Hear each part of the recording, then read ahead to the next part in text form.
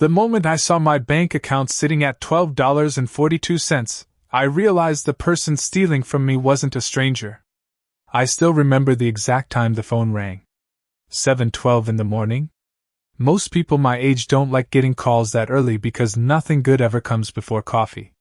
I was standing in my kitchen in Columbus, Ohio, trying to make eggs while half listening to the local weather report when my phone buzzed across the counter.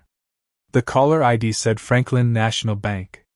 At first, I almost ignored it. I thought maybe it was another automated fraud alert, or one of those customer satisfaction surveys they keep sending out. But something in my stomach tightened before I even answered. "Mr. Bennett?" the woman asked. Her voice sounded calm in that practiced customer service way people use when they already know you're about to panic. "This is Angela from Franklin National's Fraud Prevention Department. We noticed several unusually large withdrawals from your joint checking account over the last 72 hours, and we wanted to verify the transactions." I laughed at first. Not because it was funny. Because it didn't make sense. "Large withdrawals?" I asked. "What are you talking about?" There was a pause. I heard keyboard clicks. Then she read the numbers out loud like she was reading grocery prices. $4,000. $3,600. $2,200. Another $8,000 through a wire transfer. My hand literally lost strength around the spatula. It hit the kitchen floor so hard the eggs splattered against the cabinet. "Sir?" she asked again. "Can you confirm these charges?" I walked to the dining room table and sat down slowly because suddenly my knees didn't feel stable anymore. "There has to be some mistake," I told her. "I didn't withdraw anything." Another silence. Longer this time. "The transactions were approved using the secondary authorized account holder credentials," she explained carefully. "Your son, Ryan Bennett." The room went completely quiet after that. No weather report. No traffic outside. Nothing. Just my own breathing. Ryan. My son. I stared at the family photo hanging near the hallway entrance. It was from 5 years earlier at Lake Erie. Ryan had his arm around my shoulder, both of us sunburned and smiling like one of those families you see in truck commercials. I remember thinking back then that I'd done at least one thing right in my life. "How much is left in the account?" I asked quietly. More keyboard clicks. "Current available balance is $12.42. $12.42. I had nearly $87,000 in that account 6 months earlier. Retirement savings. Emergency funds. The money I'd spent 32 years building one overtime shift at a time working maintenance for the city transit department. Every winter storm. Every missed Christmas morning because buses still had to run. Every double shift. Every frozen hand fixing engines in January weather. Gone. I drove to the bank less than 20 minutes later wearing the same gray sweatshirt I slept in. I didn't even shave. The entire drive there, I kept making excuses for Ryan inside my head. Maybe somebody hacked his information. Maybe his card got stolen. Maybe he loaned access to the wrong friend. Because your brain does strange things when someone you love becomes the center of something terrible. It refuses to accept reality immediately. The branch manager already had paperwork waiting when I arrived. Printed statements covered the desk in neat little stacks.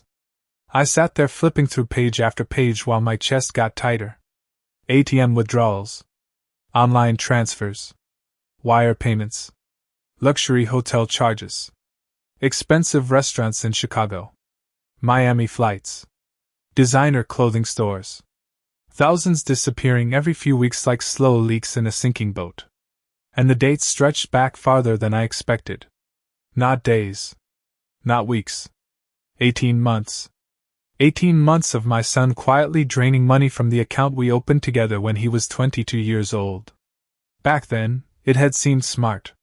Ryan was fresh out of college, trying to build stability after bouncing between sales jobs. I added his name because I trusted him. Because he was my son. Because parents do things like that without imagining they're creating the weapon that eventually gets used against them. Did you notice unusual spending before now? The branch manager asked carefully. I nodded slowly. Actually, yes. I had noticed things. Just not enough to let myself believe what they meant. Ryan suddenly showing up with a nearly new black BMW last spring. Ryan posting rooftop bar photos in downtown Chicago. Ryan wearing watches that looked too expensive for someone constantly complaining about rent. Every time I asked where the money came from, he had an answer ready. Crypto investments. Sales bonuses. Side consulting work. He always sounded confident enough that I felt guilty for questioning him.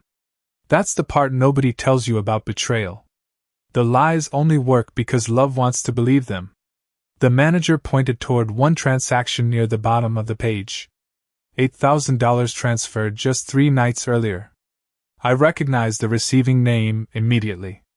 Bennett Creative Ventures LLC. What is that? I asked. The manager adjusted his glasses. It appears to be a registered business account under your son's name. I actually smiled for 1 second. Not because I was happy. Because the absurdity finally hit me all at once. Ryan wasn't surviving financially. He wasn't struggling.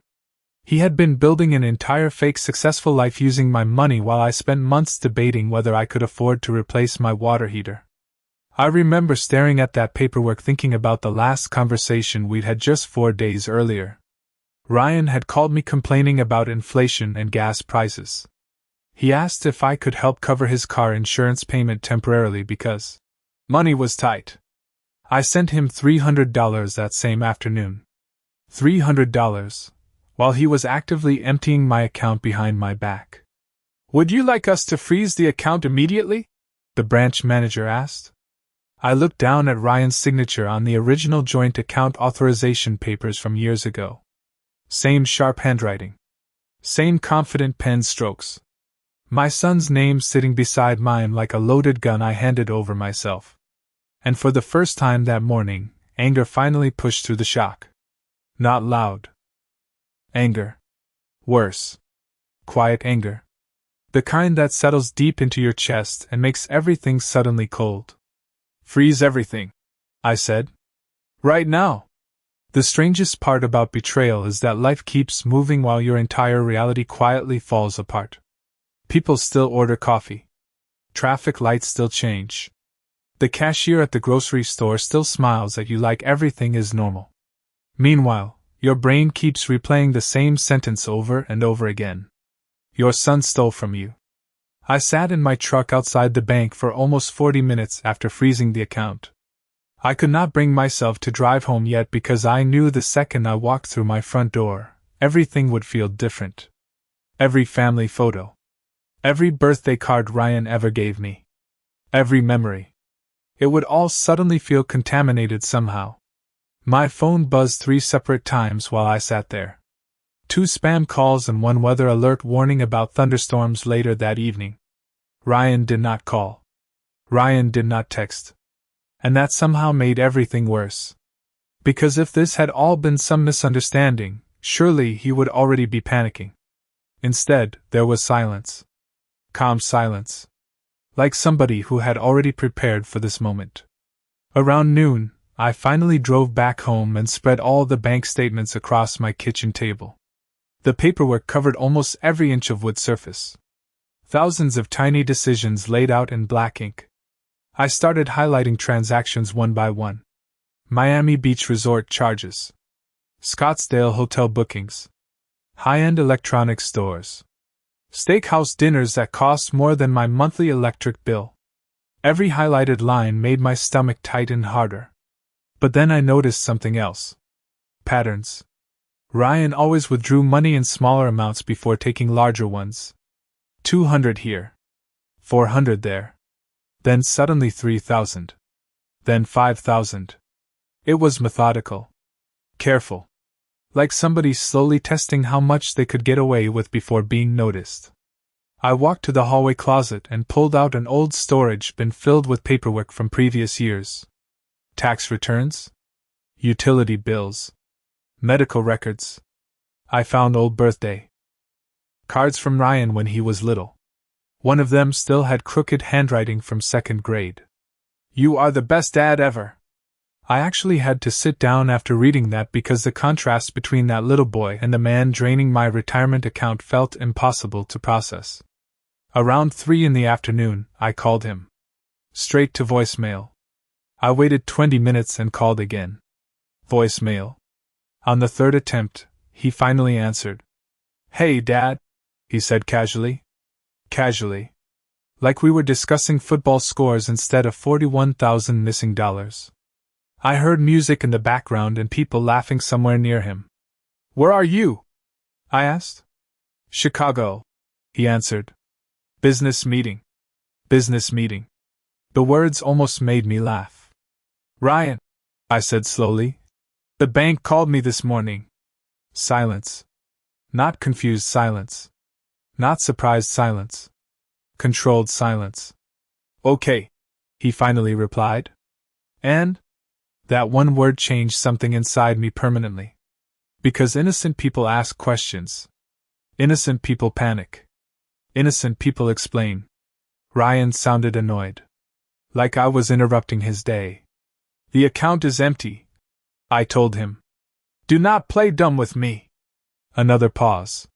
Then a small sigh. "Dad, calm down." Calm down.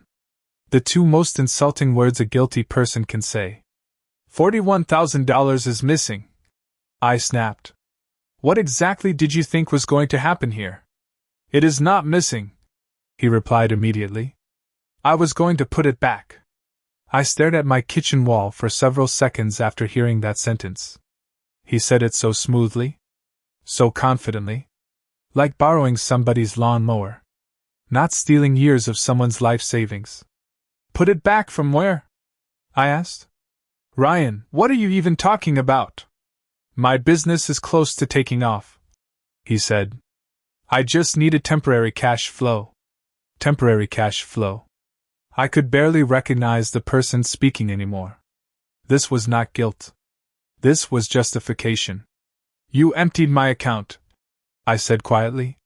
"You watched me struggle to pay bills while you spent my money pretending to be successful online." "You are overreacting," he answered. "It is a joint account." I felt actual heat rise into my face. "A joint account does not mean you secretly siphon money from your father for a year and a half. You always act like money is more important than family." Ryan shot back instantly. That one sentence stunned me into silence because suddenly I realized this conversation had been rehearsed in his head long before today. He already had talking points ready. "Are you hearing yourself right now?"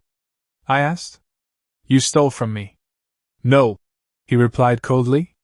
"I use family resources to build something bigger. You just do not understand business." There it was. Not remorse. Not shame. Superiority. Somehow, in Ryan's mind, I had become the obstacle. The small-minded father holding back his future success.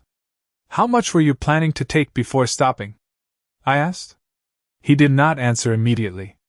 Then I heard another voice in the background. A woman laughing softly near him. Ryan lowered his voice. "Look, I cannot do this right now. You are emotional." Emotional. Another calculated word. Designed to make me sound irrational, while he stayed calm. "You have exactly 24 hours to explain every dollar," I told him. "After that, I am going to the police." He actually laughed a little under his breath. "You are not going to call the police on your own son." I closed my eyes for a second because I suddenly understood something terrifying. Ryan did not think there would be consequences. Not really. He believed being family protected him. "Watch me," I said quietly before hanging up. For almost an hour afterward, I just sat there staring at my silent phone. Part of me still expected him to call back crying. Apologizing. Explaining this whole thing away somehow. But no call came.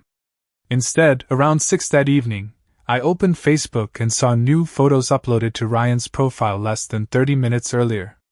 Ryan standing beside a rooftop pool in downtown Chicago wearing sunglasses and a white designer shirt I knew he could never afford honestly. His arm wrapped around a blonde woman smiling beside him while city lights glowed in the background. And the caption underneath the photo said something that made my blood run cold. Built. Not given. I must have. Read those 3 words 20 times. Built. Not given. My son had stolen my savings while publicly presenting himself as self-made. Suddenly every strange conversation from the last 2 years replayed differently in my head. Every time he mocked my old pickup truck. Every joke about me still budgeting groceries with coupons. Every smug comment about how different generations understand money differently. It had all been there the whole time. The arrogance. The resentment. The belief that he deserved more than the life he actually earned. And sitting alone at my kitchen table surrounded by frozen bank statements and old family photographs, I realized the missing money was no longer the worst part. The worst part was understanding that I no longer knew my own son at all. The strangest part about betrayal is that life keeps moving while your entire reality quietly falls apart. People still order coffee. Traffic lights still change. The cashier at the grocery store still smiles at you like everything is normal. Meanwhile, your brain keeps replaying the same sentence over and over again. Your son stole from you. I sat in my truck outside the bank for almost 40 minutes after freezing the account. I could not bring myself to drive home yet because I knew the second I walked through my front door, everything would feel different. Every family photo. Every birthday card Ryan ever gave me. Every memory. It would all suddenly feel contaminated somehow. My phone buzzed 3 separate times while I sat there. 2 spam calls and 1 weather alert warning about thunderstorms later that evening. Ryan did not call. Ryan did not text. And that somehow made everything worse. Because if this had all been some misunderstanding, surely he would already be panicking. Instead, there was silence. Calm silence. Like somebody who had already prepared for this moment. Around noon, I finally drove back home and spread all the bank statements across my kitchen table. The paperwork covered almost every inch of wood surface. Thousands of tiny decisions laid out in black ink. I started highlighting transactions one by one. Miami Beach resort charges. Scottsdale hotel bookings. High-end. Electronics stores. Steakhouse dinners that cost more than my monthly electric bill. Every highlighted line made my stomach tighten harder. But then I noticed something else. Patterns. Ryan always withdrew money in smaller amounts before taking larger ones. 200 here. 400 there. Then suddenly 3,000. Then 5,000. It was methodical. Careful. Like somebody slowly testing how much they could get away with before being noticed. I walked to the hallway closet and pulled out an old storage bin filled with paperwork from previous years. Tax returns? Utility bills. Medical records. I found old birthday cards from Ryan when he was little. One of them still had crooked handwriting from 2nd grade. "You are the best dad ever." I actually had to sit down after reading that because the contrast between that little boy and the man draining my retirement account felt impossible to process. Around 3 in the afternoon, I called him. Straight to voicemail. I waited 20 minutes and called again. Voicemail. On the 3rd attempt, he finally answered. "Hey, Dad," he said casually. Casually. Like we were discussing football scores instead of 41,000 missing dollars. I heard music in the background and people laughing somewhere near him. "Where are you?" I asked. "Chicago," he answered. "Business meeting." Business meeting. The words almost made me laugh. "Ryan," I said slowly. "The bank called me this morning." Silence. Not confused silence. Not surprised silence. Controlled silence. "Okay," he finally replied. And? That one word changed something inside me permanently. Because innocent people ask questions. Innocent people panic. Innocent people explain. Ryan sounded annoyed. Like I was interrupting his day. "The account is empty," I told him. "Do not play dumb with me." Another pause. Then a small sigh. "Dad, calm down. Calm down. The two most insulting words a guilty person can say. $41,000 is missing, I snapped. What exactly did you think was going to happen here? It is not missing, he replied immediately. I was going to put it back. I stared at my kitchen wall for several seconds after hearing that sentence. He said it so smoothly, so confidently, like borrowing somebody's lawnmower, not stealing years of someone's life savings. Put it back from where? I asked. Ryan, what are you even talking about? My business is close to taking off, he said. I just needed temporary cash flow. Temporary cash flow. I could barely recognize the person speaking anymore. This was not guilt. This was justification. You emptied my account, I said quietly. You watched me struggle to pay bills while you spent my money pretending to be successful online. You are overreacting, he answered. It is a joint account. I felt actual heat rise into my face. A joint account does not mean you secretly siphon money from your father for a year and a half. You always act like money is more important than family. Ryan shot back instantly. That one sentence stunned me into silence because suddenly I realized this conversation had been rehearsed in his head long before today. He already had talking points ready. Are you hearing yourself right now? I asked. You stole from me. No, he replied coldly. I use family resources to build something bigger. You just do not understand business. There it was. Not remorse. Not shame. Superiority. Somehow, in Ryan's mind, I had become the obstacle. The small-minded father holding back his future success. How much were you planning to take before stopping? I asked. He did not answer immediately. Then I heard another voice in the background. A woman laughing softly near him. Ryan lowered his voice. Look, I cannot do this right now. You are emotional. Emotional. Another calculated word. Designed to make me sound irrational, while he stayed calm. You have exactly 24 hours to explain every dollar, I told him. After that, I am going to the police. He actually laughed a little under his breath. You are not going to call the police on your own son. I closed my eyes for a second because I suddenly understood something terrifying. Ryan did not think there would be consequences. Not really. He believed being family protected him. Watch me, I said quietly before hanging up. For almost an hour afterward, I just sat there, staring at my silent phone. Part of me still expected him to call back crying, apologizing, explaining this whole thing away somehow. But no call came. Instead, around 6 that evening, I opened Facebook and saw new photos uploaded to Ryan's profile less than 30 minutes earlier. Ryan standing beside a rooftop pool in downtown Chicago wearing sunglasses and a white designer shirt I knew he could never afford honestly. His arm wrapped around a blonde woman smiling beside him while city lights glowed in the background. And the caption underneath the photo said something that made my blood run cold. Built. Not given. I must have read those 3 words 20 times. Built. Not given. My son had stolen my savings while publicly presenting himself as self-made. Suddenly every strange conversation from the last 2 years replayed differently in my head. Every time he mocked my old pickup truck. Every joke about me still budgeting groceries with coupons.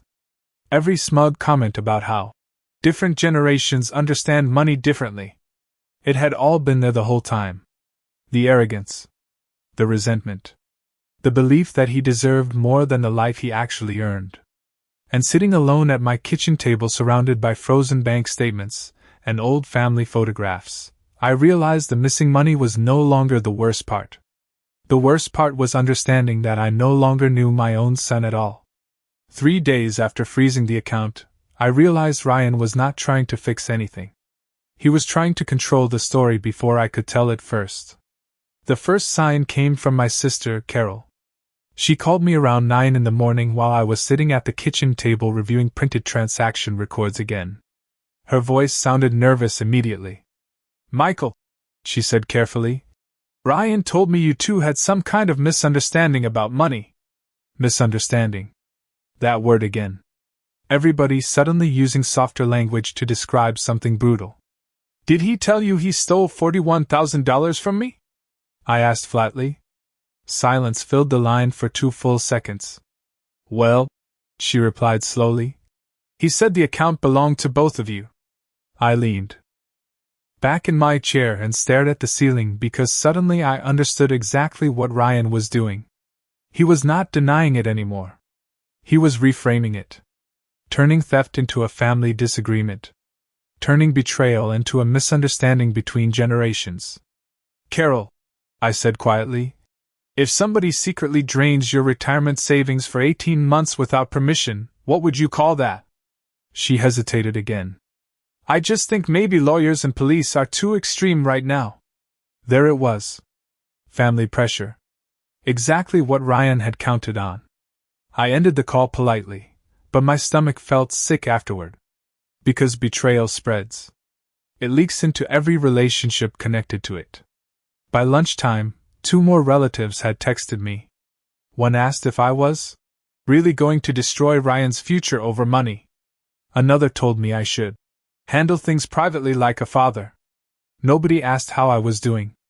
Nobody asked what it felt like waking up at 58 years old realizing your own son had quietly treated you like an ATM machine. Around 2 that afternoon, I drove to Ryan's apartment building in Chicago. 6 hours on Interstate 90 with my mind replaying every conversation we had shared over the last 2 years. Every lie now sounded obvious in hindsight. Every excuse. Every sudden success story. By the time I reached downtown Chicago, rain had started falling hard enough to blur traffic lights into red smears across the windshield. Ryan lived in a luxury high-rise near the river now. Floor-to-ceiling windows. Valet parking. A lobby that smelled like expensive cologne and polished marble. I stood there soaked from the rain while 20-something professionals walked past me carrying gym bags and iced coffee like they belonged in a completely different universe than the one I came from. The concierge stopped me before I reached the elevator. Do you have an appointment with Mr. Bennett? He asked politely. Mr. Bennett. That almost made me laugh. Ryan had built himself into somebody important enough to require appointments. I am his father, I answered. The concierge gave a tight professional smile and made a quick phone call upstairs. Then his expression changed. Slightly. I am sorry, sir. He says now is not a good time. I felt heat rise into my chest again. Tell him I drove 6 hours to be here. Another call. Another awkward pause. Finally, the concierge lowered the phone slowly. He said he does not want a confrontation in the building lobby. A confrontation. Listen to the language carefully, and you learn who controls the narrative.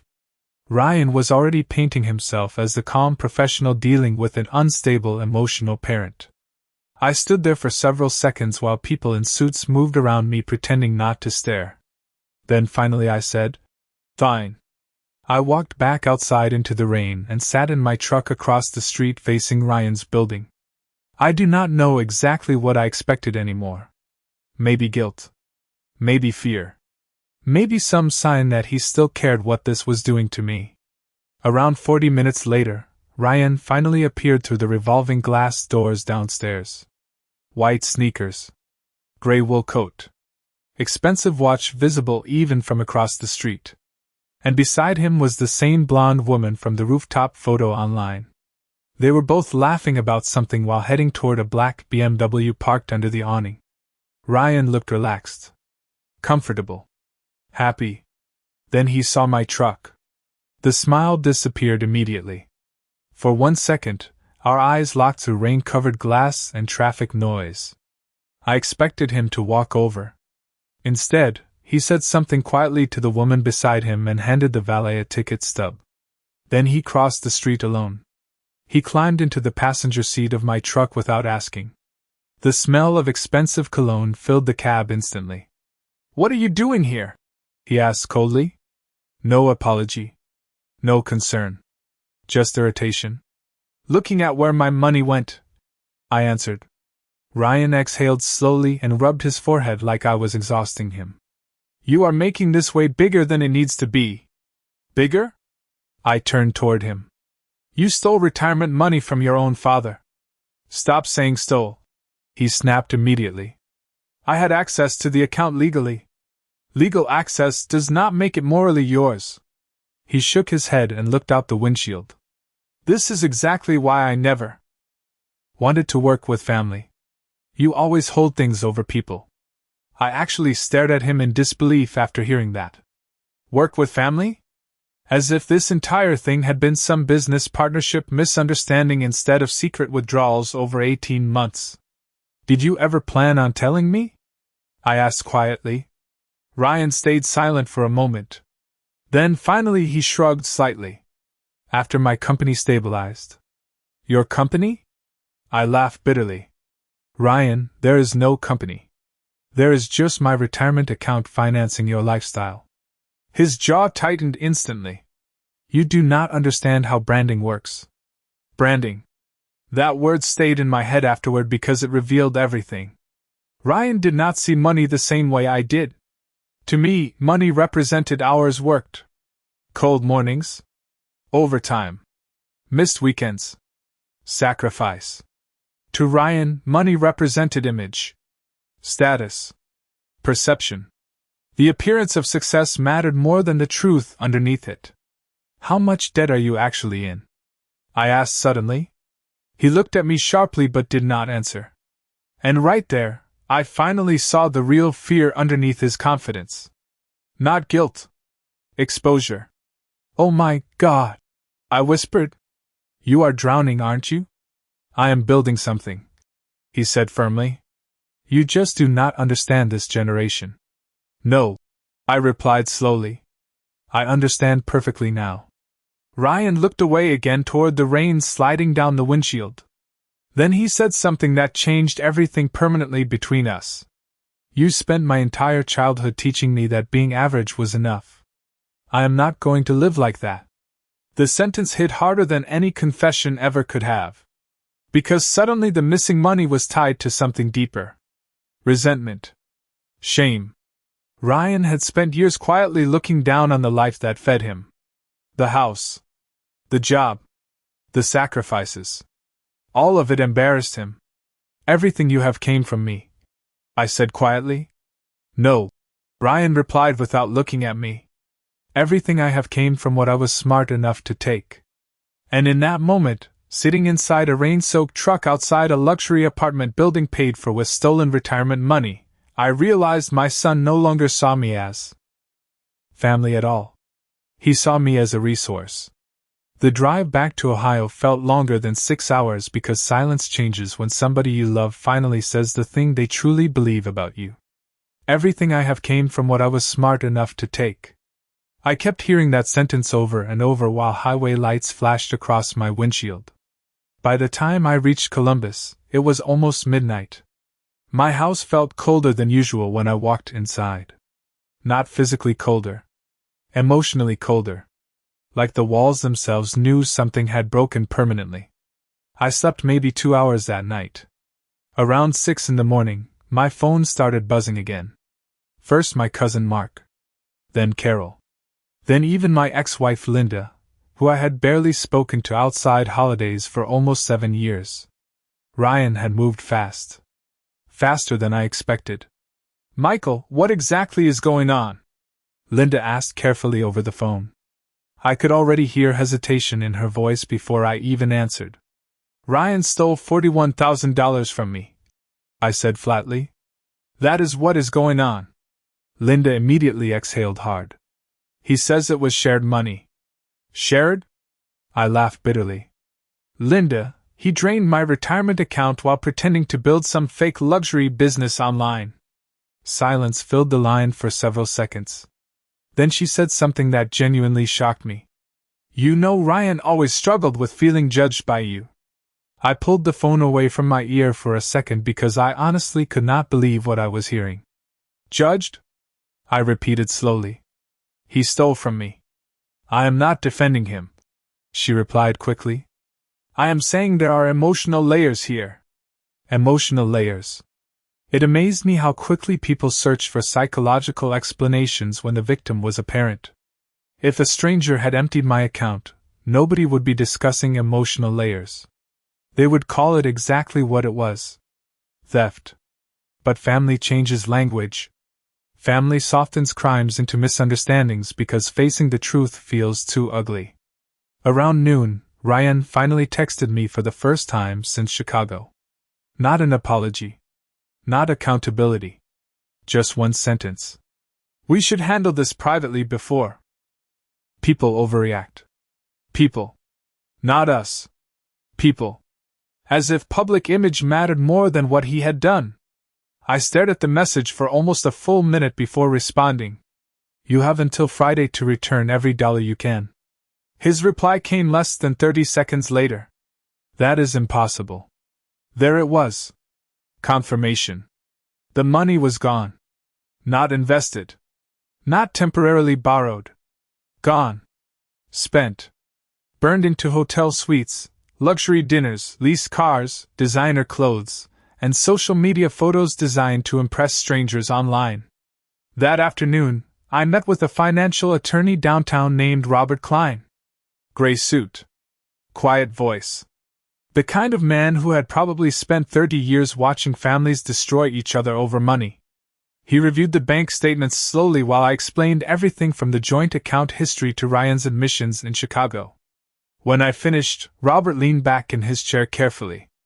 "Legally," he said, "joint account cases between family members become very complicated."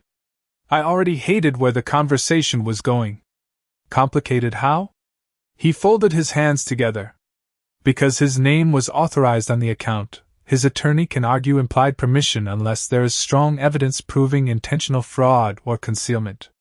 Concealment? I almost laughed. He hid withdrawals for 18 months. Robert nodded slowly. That helps your case emotionally. But legally, the existence of access changes things. I sat there staring at the stacks of paperwork on his desk while another terrible realization settled in. Ryan had not only stolen carefully. He had stolen intelligently. He understood just enough about legal gray areas to make everything difficult to prove cleanly. "What would you do if it were your son?" I asked quietly.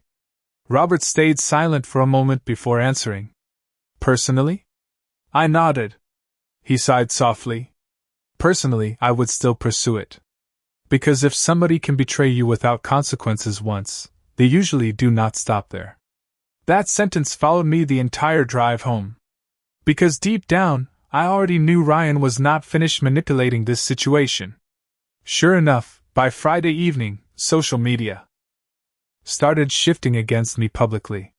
It began with vague Facebook posts from Ryan about toxic parents who weaponize money to control their children. Then came Instagram stories about breaking generational trauma. Thousands of strangers online started supporting him without knowing anything real about the situation. Comments poured in beneath his posts. "Protect your peace. Parents always think money gives them ownership. Proud of you for setting boundaries." Boundaries. That word nearly made me throw my phone across the room. Ryan had transformed theft into self-care language. And people were eating it up because confidence is persuasive online. Especially when paired with expensive apartments and carefully edited photos. But the worst moment came Saturday afternoon. Carol invited me to a small family dinner at her house because she claimed everyone wanted to talk calmly. I should have refused immediately. Instead, part of me still hoped somebody in the family would finally understand what this was doing to me. The second I walked into Carol's dining room, I knew I had made a mistake. Ryan was already there, sitting comfortably at the table drinking iced tea beside Linda like nothing had happened. He looked completely relaxed. Clean haircut. Navy sweater. Calm expression. You would never guess this man had emptied his father's savings account. The room went quiet when I entered. Ryan stood up slowly. "Dad," he said carefully, like we were at a business mediation instead of family collapse. "Do not call me that right now," I answered. Carol immediately stepped between us verbally. "Please, everybody just stay calm. Stay calm." Another phrase designed to frame emotional pain as instability. We sat down at the table in stiff silence while Carol served roast chicken nobody touched. Finally, Linda spoke first. Ryan admitted he handled things badly, she said gently. Handled things badly. Not stole. Not betrayed. Just handled things badly. Ryan nodded slightly like he appreciated the support. I should have communicated better, he added smoothly. I stared at him in disbelief. Communicated better? Like he forgot to answer an email on time? You stole $41,000, I said flatly. Ryan immediately leaned back in his chair and sighed dramatically. There you go again with that word. I felt something inside me harden instantly. Because that is what happened. No, Ryan replied calmly. What happened is that I used available family resources while trying to build financial independence. I looked around the table expecting somebody else to react to how insane that sounded. Nobody did. Carol looked uncomfortable. Linda looked exhausted. But nobody defended me. Ryan saw it too. I could tell by the small confidence shift in his posture. He realized the room was leaning toward emotional compromise instead of accountability. Then he delivered the sentence that changed everything. Honestly, he said quietly while looking directly at me, I think you care more about money than your actual relationship with your son. The room went silent. And for one horrible second, I realized some of them actually believed him. Because Ryan had spent years building an image while I spent years quietly working overtime and paying bills. He knew how to perform emotion better than I did. He knew how to sound wounded, modern, self-aware. Meanwhile, I just sounded angry, tired, old. And sitting there at that dinner table watching my own family hesitate to call obvious theft by its real name, I finally understood something terrifying. Ryan was not just stealing my money anymore. He was stealing the narrative itself. After the dinner at Carol's house, something inside me finally stopped hoping this would resolve like a normal family conflict. Up until that night, some part of me still believed Ryan would eventually wake up ashamed. That he would realize how far he had gone and try to repair the damage. But watching him sit there calmly rewriting reality in front of everyone changed that. He was not panicking because he believed his version of the story was stronger than mine. And honestly, he was starting to be right. Over the next week, I noticed people speaking to me differently. Softer. More cautiously. Like I had become unpredictable. My neighbor Frank stopped me while I was taking out trash one evening and awkwardly said, Kids and parents fight over money all the time. Hopefully you guys work it out. Work it out. Nobody understood this was not an argument over inheritance or loans. This was systematic deception over 18 months. But Ryan had successfully blurred the lines enough that people no longer saw clear victims and offenders. They saw family drama. And family drama always becomes entertainment for outsiders instead of truth. One night around 10, I made the mistake of reading through comments under another one of Ryan's social media posts. He had uploaded a black and white photo of himself staring out a downtown apartment window with a caption about breaking free from emotionally controlling environments. Tens of thousands of likes. Hundreds of supportive comments. Proud of you for speaking your truth. Parents weaponize money all the time. You do not owe toxic family members access to your peace. I sat there in my dark living room staring at my phone while rage and confusion twisted together in my chest. Because Ryan was not just lying anymore. He was building an identity around the lie. And social media rewarded him for it. Around midnight, my phone suddenly rang. Linda. Her voice sounded tense immediately. Michael, she said quietly. Ryan posted screenshots tonight. My stomach tightened instantly. What screenshots? Silence for half a second. Old text messages between you two. I opened Instagram immediately and felt my chest go cold. Ryan had uploaded carefully cropped conversations from years earlier. Messages where I asked him to stop overspending. Messages where I questioned his career decisions. One text where I refused to co-sign a luxury apartment lease for him when he was 24. Out of context, they made me sound controlling. harsh, judgmental. Meanwhile, Ryan added long captions underneath about growing up emotionally unsupported. I scrolled through the comments in disbelief.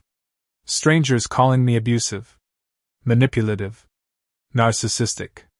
One comment had over 4,000 likes. Parents like this always hold money over your head. I dropped the phone onto the couch cushion and covered my face with both hands. Because suddenly I understood Ryan's real strategy. He was preparing the public emotionally before any legal consequences happened. He knew that if this ever reached court or police involvement, perception would matter almost as much as evidence. And perception online already favored him. Young successful entrepreneur versus bitter aging father. That narrative was easier for people to consume. The next morning, Robert Klein called me unexpectedly. "We need to talk before you make any official filings," he said carefully. I drove downtown immediately. Robert looked more serious than usual when I entered his office. He slid a printed folder across the desk toward me. "I had my assistant review your son's online activity." Inside were screenshots of Ryan's posts, interviews from podcasts, and business branding material connected to Bennett Creative Ventures. Ryan had apparently spent months presenting himself online as a motivational business figure. There were clips of him speaking confidently about escaping limiting family mindsets. Another video showed him discussing financial trauma from childhood environments. I looked up slowly from the folder. "He has been preparing this narrative for a while, hasn't he?" Robert nodded carefully. "Long enough that I do not think this situation started as randomly as you believe." That sentence hit me harder than I expected. Because until then, part of me still imagined Ryan gradually losing control financially. But this suggested planning, image construction, narrative management, maybe even intentional positioning before the money was fully gone. "Do you think he targeted me deliberately?" I asked quietly. Robert chose his words carefully. "I think your son learned that emotional language protects people from accountability in modern public spaces." I stared out the office window toward downtown Columbus, traffic moving below. "So what are you saying?" "I am saying," Robert replied calmly, "that if this becomes public, he will not defend himself with facts first. He will defend himself emotionally." And he was right. 3 days later, Ryan released a 15-minute video online titled, "The Truth About Family Control." I wish I was exaggerating. He sat in soft lighting wearing a neutral-colored sweater, speaking slowly into the camera like a therapist. He never directly accused me of crimes or abuse because he was smarter than that legally. Instead, he implied things. He talked about growing up afraid to disappoint people. He described financial pressure inside traditional households. He even mentioned how some parents use support as emotional leverage. Every sentence was crafted carefully enough to avoid specifics while still painting himself as wounded. The comments exploded instantly. Sympathy everywhere. Support everywhere. One woman wrote, "You can hear the pain in his voice." Another person commented, "Protect yourself from toxic parents at all costs." I sat at my kitchen table watching this performance while bank statements proving $41,000 in withdrawals lay spread beside me. It felt surreal. Like facts no longer mattered if somebody could tell a more emotionally satisfying story. But then came the moment that truly changed me. Near the end of the video, Ryan looked directly into the camera and said softly, "Sometimes survival forces people to make difficult financial decisions, especially when they spend years feeling emotionally trapped." Survival. He described stealing retirement money as survival. I replayed that sentence 3 times because I genuinely could not process the level of manipulation happening anymore. This was not desperation. This was identity warfare. He was rewriting morality itself until he became the victim and I became the oppressor. That night, I walked through my house unable to sleep. Every room carried memories of Ryan growing up. Christmas mornings, school projects, baseball trophies still boxed in the garage. And suddenly I started questioning myself in ways I hated. Had I pushed him too hard? Had I made him feel small somehow? Was there something I missed for years? That is the dangerous part about psychological manipulation from someone you love. Even when you know what they did was wrong, they slowly convince you to put yourself on trial internally. Around 2 in the morning, I sat down in the dark kitchen and opened one final bank envelope I had not reviewed yet. Inside were archived transaction requests from over a year earlier. Most were signed digitally under Ryan's account access credentials. But one form near the bottom made my stomach drop instantly. It was a request to increase transfer limits on the joint account. The authorization signature beside my name looked almost correct at first glance. Almost. But not completely. I stared at it for several seconds before realizing something horrifying. That was not my signature. Ryan had not just manipulated me emotionally. He had forged financial authorization documents too. And suddenly the entire situation shifted from betrayal into something far darker. The moment I realized Ryan had forged my signature, something changed permanently inside me. Up until then, there had still been emotional confusion mixed into everything. Anger, sadness, doubt. But forgery stripped away the last illusion that this was simply a damaged relationship or emotional misunderstanding.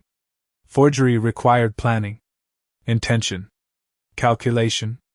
I barely slept that night. I kept staring at the authorization form under my kitchen light, comparing the fake signature beside my real ones on old tax records. Ryan had copied the shape well enough to pass quick bank review, but not well enough to fool me after 30 years of signing my own name. The next morning, I drove straight to Robert Klein's office carrying every document in a manila folder clutched so tightly my knuckles hurt. Robert studied the paperwork quietly for almost 10 minutes without speaking. Then he removed his glasses and looked directly at me.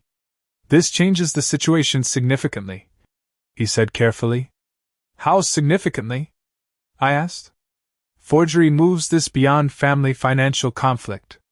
If proven, it establishes intentional deception." I sat there silently while downtown traffic hummed outside his office windows. Even hearing the words intentional deception out loud felt strange. Because no matter how bad things became, part of me still instinctively resisted seeing Ryan as criminal. He was still the little boy who used to sit on my shoulders during 4th of July fireworks. The teenager who cried after his first breakup. The kid who once begged me to teach him how to drive stick shift in an empty grocery store parking lot. Your brain does not know how to combine those memories with fraud documents and manipulated bank accounts. "What happens now?" I finally asked quietly. Robert folded his hands together. "Now you decide whether you are emotionally prepared to pursue this fully." I already knew what that meant. Police reports, civil filings, public records, courtrooms, headlines maybe. Once it started, there would be no undoing it. No family dinner reconciliation afterward. No clean return to normal life. "If I do this," I said slowly, "I lose my son." Robert stayed silent for several seconds before answering. "Michael, I think you may already have." That sentence stayed with me the entire drive home. Because deep down, I knew he was right. The Ryan I thought I raised no longer existed. Or maybe he never existed at all and I simply refused to see who he was becoming. 2 days later, I officially filed both a civil complaint and a fraud report. Even signing the paperwork made my hands shake slightly. The woman at the clerk's office spoke in a normal, polite voice while stamping forms, completely unaware she was processing documents that felt like funeral papers for my family. By evening, Ryan somehow already knew. He called me exactly once. I answered immediately. "You actually did it," he said quietly. His voice did not sound angry at first. Just cold. Controlled. "You forged my signature," I replied. Silence. Then a small bitter laugh. "You are really going to destroy your own son over paperwork?" Paperwork. That word nearly made me lose control. $41,000 reduced to paperwork. Forged authorization reduced to paperwork. "You emptied my retirement account," I snapped. "You lied to everyone. You manipulated people online. And now you forged documents. Because you forced me into survival mode. Ryan shot back instantly. There it was again. Survival. He truly believed that word justified everything. Ryan, I said slowly, trying to keep my voice steady. You lived in luxury apartments while I worried about replacing my furnace. That is not my fault, he replied immediately. You chose to stay small your whole life. The sentence hit me harder than I expected because it revealed something ugly underneath all the therapy language and emotional narratives. Ryan genuinely despised ordinary life. Stability embarrassed him. Modesty embarrassed him. Everything I worked decades to build looked pathetic through his eyes. You know what your real problem is? He continued coldly. You cannot stand seeing me become more successful than you. I actually laughed at that point. Not because it was funny. Because the delusion had become unbelievable. Successful? I repeated. Ryan, your entire lifestyle came from stolen money. No, he replied sharply. It came from understanding leverage while you wasted your life punching a clock. That was the moment I stopped trying to rescue him emotionally. Because suddenly I realized Ryan had transformed greed into philosophy. He no longer viewed honesty as important. Only outcomes. Appearance. Power. You need help, I said quietly. He went silent for a second. Then his voice dropped lower. Colder. No, Dad. You do. Because after this lawsuit becomes public, people are going to learn a lot about the kind of father you really were. Then he hung up. I stared at my phone for several seconds afterward while a strange feeling settled into my chest. Fear. Not physical fear. Reputational fear. Ryan was not threatening violence or revenge. He was threatening narrative destruction. And honestly, that terrified me more. Over the next week, things escalated fast. Local business blogs started covering Ryan's online content because his toxic family recovery posts had gone viral enough to attract attention. Then somebody leaked court filing information online. Suddenly strangers were debating my family across social media platforms like it was reality television. Some people supported me after seeing the financial evidence. But many still sided with Ryan emotionally. Parents use money to control adult children all the time. There are two sides to every story. Boomers always think they own their kids. Reading those comments felt surreal because none of those people understood the actual details. They just projected cultural arguments onto us. Meanwhile, Ryan kept posting carefully crafted content designed to make himself look calm and reflective. One clip showed him sitting in a coffee shop discussing breaking cycles of emotional control. Another featured him talking about choosing peace even during legal conflict. He sounded measured, mature, reasonable. And that made him dangerous. Because manipulative people rarely look manipulative publicly. They look composed while the victim looks emotional. Then came the first court preparation meeting. Robert walked me through possible defense strategies Ryan's attorney might use. Implied consent. Family misunderstanding. Emotional coercion. Shared financial expectations. Every phrase sounded carefully engineered to erase accountability. And there is another concern, Robert added carefully. Ryan's public platform increases the risk of jury sympathy if this escalates further. I rubbed my forehead slowly. So telling the truth may not even matter anymore. Robert hesitated before answering. Truth matters legally. But emotionally, people respond to stories more than evidence now. That sentence haunted me afterward because Ryan understood modern storytelling perfectly.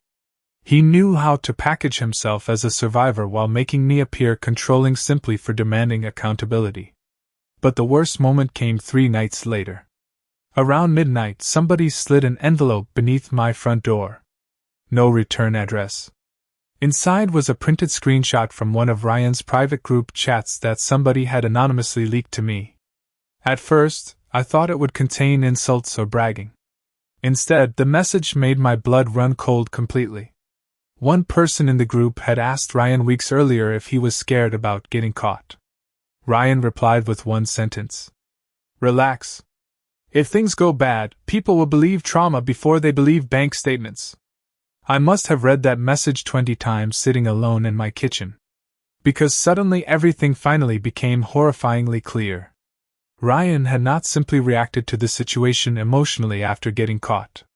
He had strategically weaponized emotional culture itself from the very beginning. And for the first time since this nightmare started, I realized something even worse than losing money. My son knew exactly what he was doing the entire time.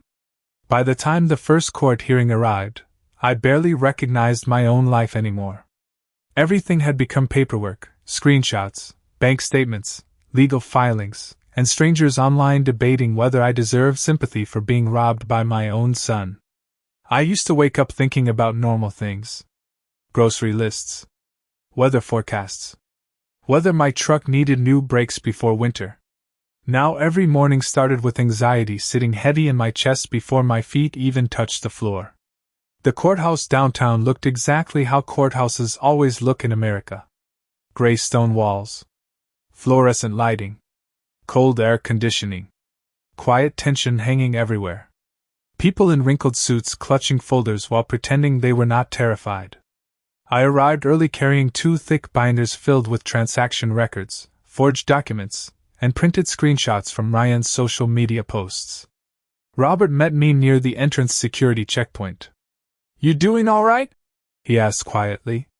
I nodded automatically even though we both knew I was lying. Then Ryan walked in. And honestly, seeing him that morning shook me harder than I expected. Navy suit. Fresh haircut. Calm expression.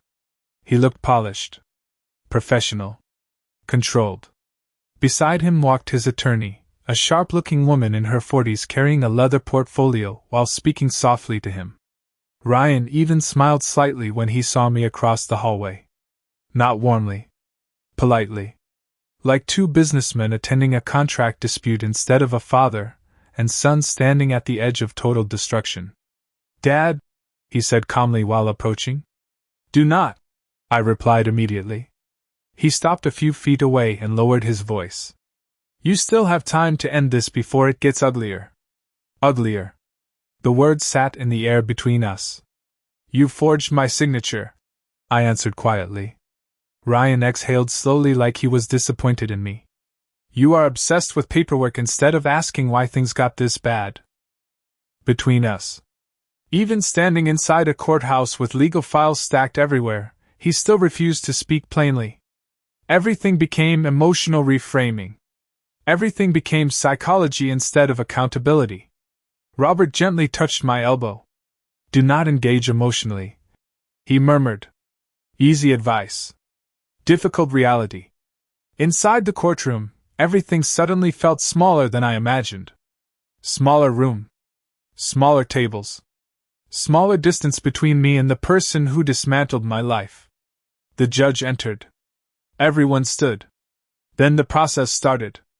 Ryan's attorney spoke first. And within 2 minutes, I realized exactly how dangerous this was going to become. She never denied the withdrawals directly. Instead, she immediately framed the case as a painful family conflict involving blurred financial boundaries and long-standing emotional tensions. Long-standing emotional tensions. Not fraud. Not theft. Tensions. Then she described Ryan as a young entrepreneur financially intertwined with family support structures since early adulthood. Entrepreneur. Support structures. Every word carefully softened reality. Robert countered with transaction timelines, account histories, and evidence connected to the forged authorization form. For a moment, hearing actual facts out loud grounded me again. Numbers. Dates. Transfers. Documentation. Reality. But then Ryan's attorney pivoted. "Your Honor," she said calmly, "the defense intends to demonstrate that Mr. Bennett's actions occurred within a psychologically coercive family environment where financial dependence and emotional control were deeply interconnected." I physically felt my stomach tighten hearing those words. Because suddenly I was no longer just defending my money. I was defending my entire identity as a father. The judge turned toward Ryan directly. "Mr. Bennett," he said evenly, "did you withdraw these funds knowingly?" Ryan answered without hesitation. "Yes, Your Honor." The courtroom stayed silent. "And did your father authorize these withdrawals?" Ryan paused carefully before speaking. "My father created an environment where financial access was normalized but emotionally weaponized." I actually stared at him in disbelief. That sentence sounded rehearsed. Corporate. Therapeutic. Empty. He still refused to answer directly. The judge leaned forward slightly. "That was not my question." Ryan lowered his eyes for half a second like he was struggling emotionally. "I believed I had implied permission based on years of shared financial patterns and family expectations." Implied permission. Another prepared phrase. Another strategic distortion. Robert stood and handed over the forged authorization evidence. The courtroom clerk distributed copies. For the first time all morning, I finally saw a small crack appear in Ryan's composure. Tiny. But real. His attorney immediately requested context review and questioned whether memory inconsistencies or prior authorization confusion could explain the signature discrepancies. Memory inconsistencies. I almost laughed out loud hearing that. Suddenly my age itself was being subtly used against me. Maybe confused older father. Maybe forgotten permissions. Maybe emotional overreaction. Nothing direct enough to object to legally. Just enough suggestion to plant doubt. Then came the worst part of the hearing. Ryan's attorney called Linda to speak briefly regarding family dynamics. I had not known she would testify. Seeing my ex-wife walk toward the witness stand made something sink heavily inside my chest. Linda looked nervous immediately. She avoided eye contact with me while answering questions. At first her statements sounded neutral enough. Tension between generations. Different views on money. Communication struggles. But then Ryan's attorney asked one question that changed the room completely. "Did your son ever express fear of disappointing his father financially?" Linda hesitated. Too long. Then she answered quietly. "Yes." That single word landed harder than any accusation all morning. Because suddenly the emotional framing became personal. Human. Believable. Ryan lowered his head slightly at the defense table like someone reliving trauma. And the courtroom reacted exactly how he wanted. Sympathy shifted. I could feel it physically. Robert objected repeatedly whenever things drifted too far into emotional speculation, but the damage was already happening. Facts alone suddenly felt cold compared to stories about fear, pressure, and emotional control. During a short recess, I stood alone near a courthouse vending machine trying to steady my breathing when I overheard two strangers whispering nearby. "Honestly, the father seems more angry than hurt." "Yeah. The son sounds traumatized." Traumatized. That word almost broke me. Because I wanted to scream at them that traumatized people do not secretly drain retirement accounts while posting luxury rooftop photos online. But perception does not work rationally anymore. Confidence shapes truth for people. And Ryan knew exactly how to perform confidence mixed with vulnerability. Back inside the courtroom, the judge announced further review would continue due to the financial complexity and disputed authorization evidence. No final ruling yet. More hearings ahead. More exposure ahead. As everyone began packing papers and preparing to leave, Ryan suddenly looked directly at me across the room. And for just 1 second, the mask slipped completely. The calm, wounded entrepreneur expression disappeared. In its place was something colder. Smarter. Almost amused. Then he smiled slightly before turning away. That tiny smile terrified me more than the legal battle itself. Because it revealed something horrifying underneath all the emotional language and public victimhood. Ryan was enjoying this. Not the money. Not the conflict. The control. The ability to manipulate how people saw reality itself. Later that evening, after I finally returned home exhausted and emotionally numb, Robert called unexpectedly. His voice sounded more serious than usual. "Michael," he said carefully, "there is something else you need to know." I sat down slowly at my kitchen table. "What now?" Silence for a second. "We discovered another authorized user connected to the transfer activity." My grip tightened around the phone instantly. "What are you talking about?" Robert inhaled slowly. "Some of the transactions were not initiated solely from Ryan's credentials." My chest went cold immediately. "Then whose were they?" Another pause. Then Robert answered quietly. "We believe someone else inside your family may have helped him." The moment Robert told me another family member may have helped Ryan move the money, I felt something inside me finally collapse completely. Because betrayal from one person is painful. Betrayal from multiple people changes your understanding of reality itself. "Who?" I asked quietly into the phone. Robert hesitated. "We are still verifying transaction access logs, but several authorization confirmations came from a secondary device connected to your former home address." Former home address. My mind immediately went to Linda. My ex-wife still lived in the same suburban house we bought together 23 years earlier before the divorce. "No," I whispered automatically. "That cannot be right." But even while saying it, memories started rearranging themselves in my head. Linda defending Ryan constantly. Linda carefully avoiding direct condemnation. Linda always steering conversations toward emotional nuance instead of accountability. Suddenly things that once looked compassionate started looking strategic. "I need more proof before making assumptions," Robert said carefully. "But you should emotionally prepare yourself." Emotionally prepare yourself. There is really no preparation for discovering your family may have quietly turned into a coordinated performance around you. The next hearing arrived 2 weeks later. By then, local media attention had grown larger than I ever imagined.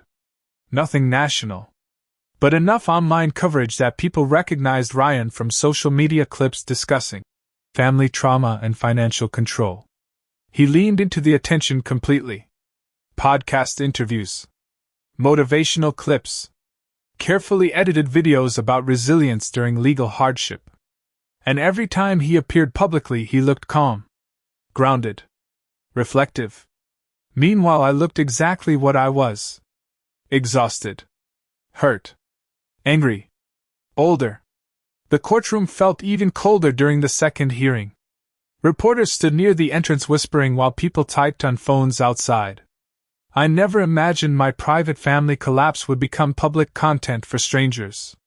Ryan arrived wearing another expensive suit I knew he still could not honestly afford. He nodded politely toward people in the hallway who recognized him online. Some even smiled supportively at him. That part hurt more than I expected.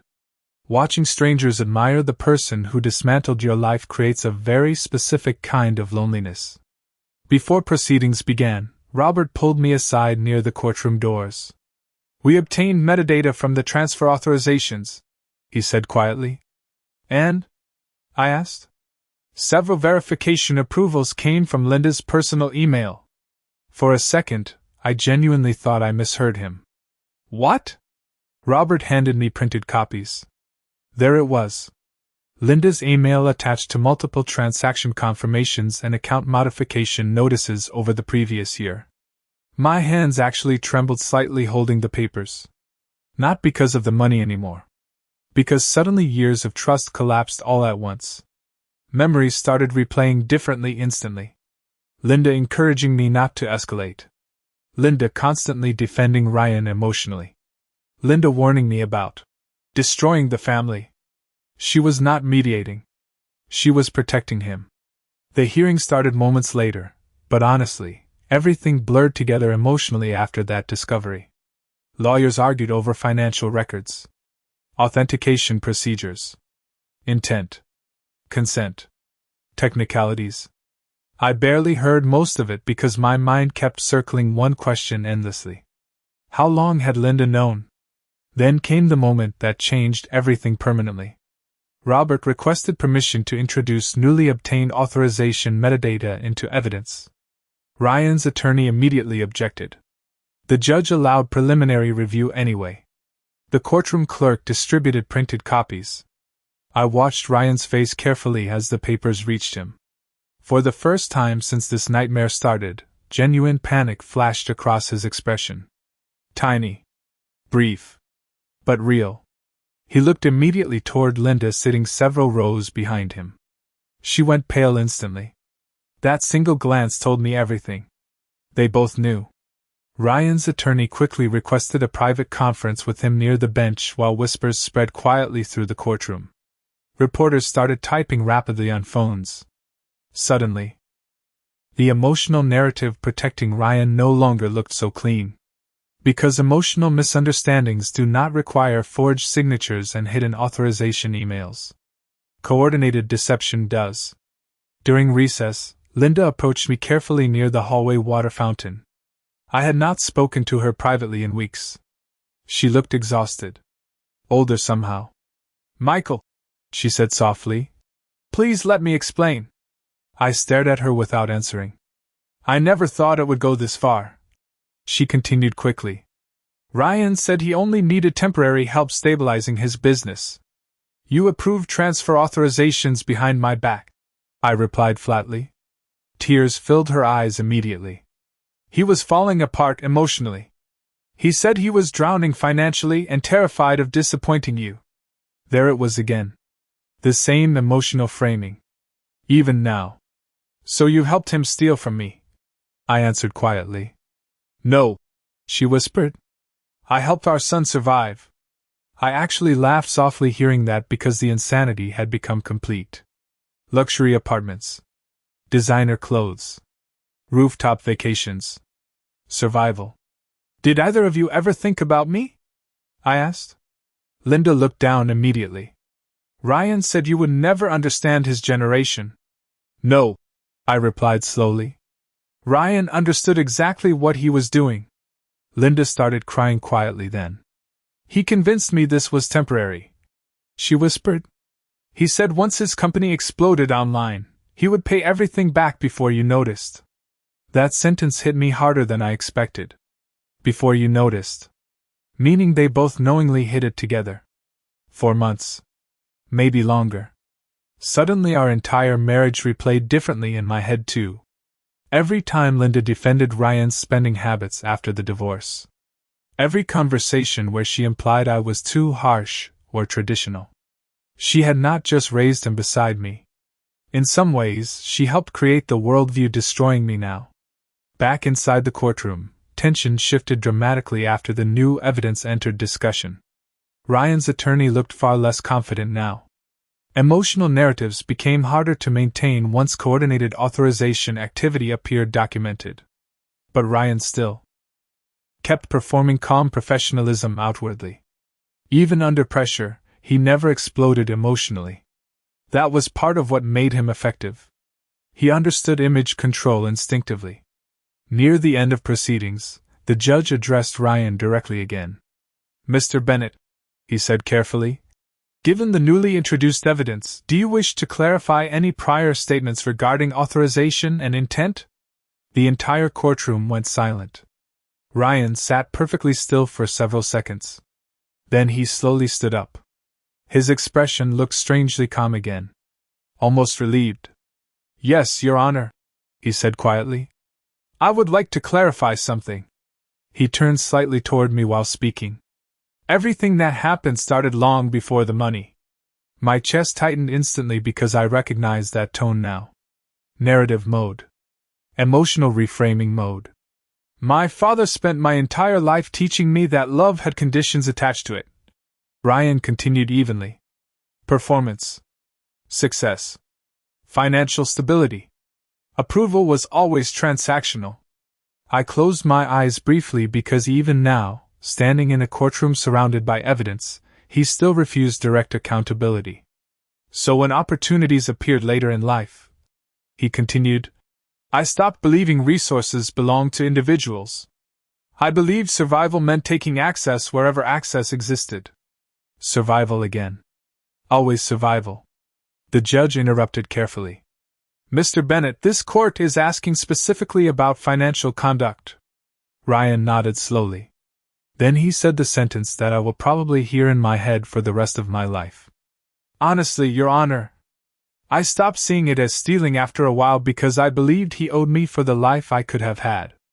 The courtroom fell completely silent. Even his own attorney looked stunned for half a second. And sitting there surrounded by reporters, legal files, broken trust, and the ruins of my family, I finally understood the darkest truth in all of this. Ryan never felt guilty because deep down, he believed he was collecting a debt.